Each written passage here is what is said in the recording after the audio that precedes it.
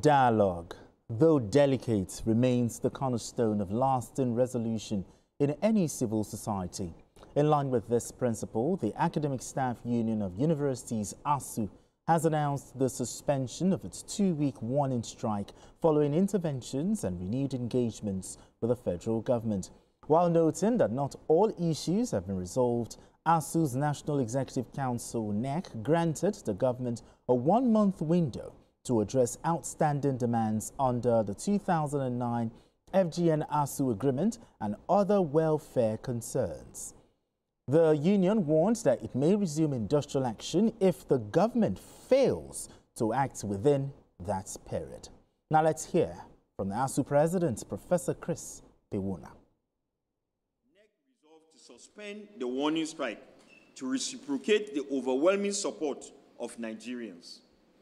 In addition, NEC resolved that a 1-month window should be given to government to conclude the ongoing negotiations of the 2009 FGN-ASUU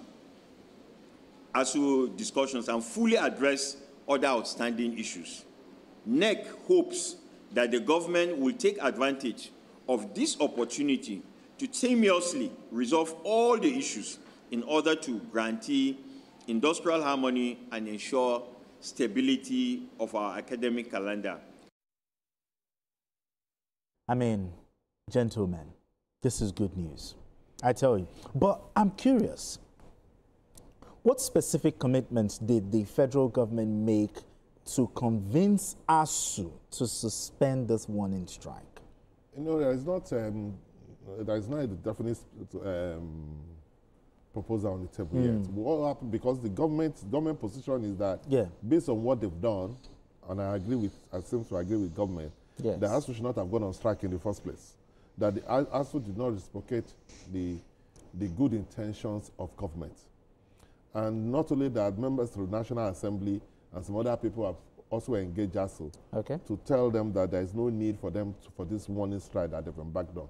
Because don't forget that government just released use some of our money to pay their outstanding allowances and all that. And the present Minister of Education has shown enough intentions of trying to solve the problem of ASUU. But ASUU has to know that a problem that has been long-lasting, that has to do with basically funds, government cannot be expected to come up with the funds, with everything that they need to solve that problem overnight. So the initial 50 billion release shows enough commitment to show that government wants to solve the problem. And I think ASUU should also try to meet the government halfway, because we don't want to go back to that era of our kids staying at home for losing one calendar year because of this ASUU strike. And I also want to appeal to government to take the advantage of that 1-month opportunity to be able to at least try as much as possible to solve most of the problems, especially the ones that has to do with entitlements. Absolutely. But they have a 1-month window to sort things out. But how can the federal government ensure that the agreements reached with ASUU are implemented sustainably, not just to, to avert the strike temporarily? Well, I think the best thing is, yes, the agreement was reached 16 years ago.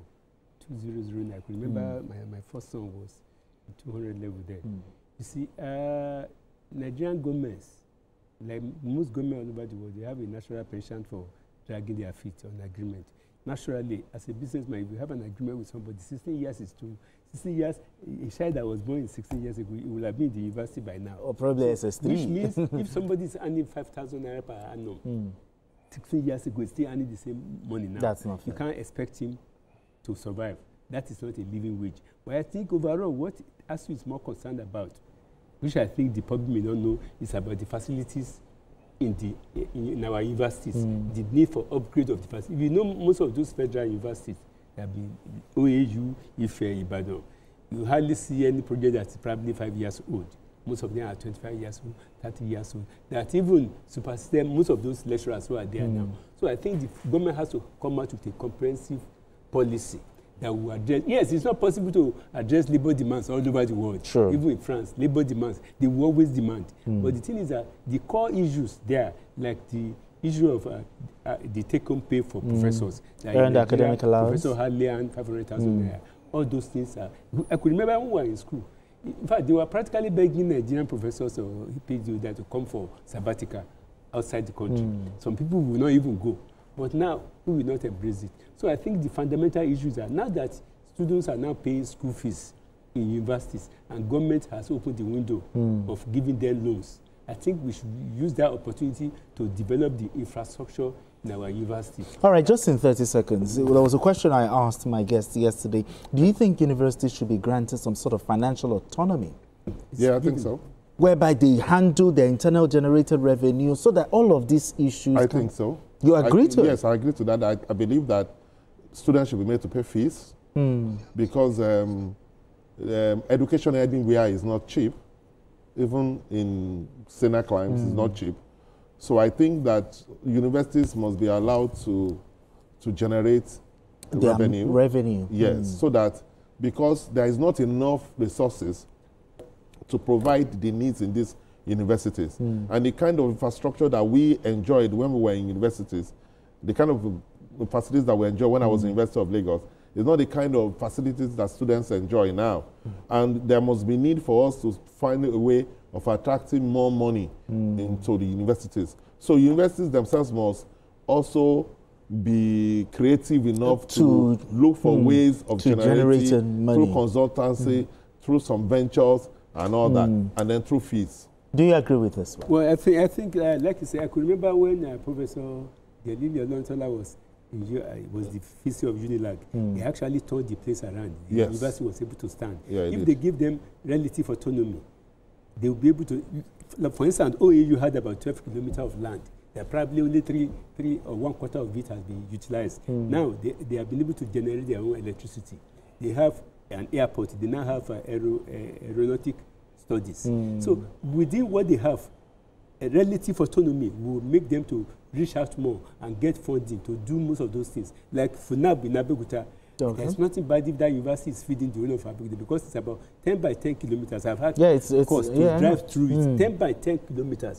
So why should we have a University of Agriculture and we'll be suffering for food? They should have done what IITA is doing now. Okay. If they give them relative autonomy, they can form a lot of breed, cassava breed, rice breed that is good for our local environment and solve our food problem. Instead of still having a university like that, we are still depending on importing food. So relative autonomy, university autonomy is so that they will stop depending on federal subventions. It's key to the achievement of all these lofty goals. Absolutely. All right, gentlemen, beautiful one.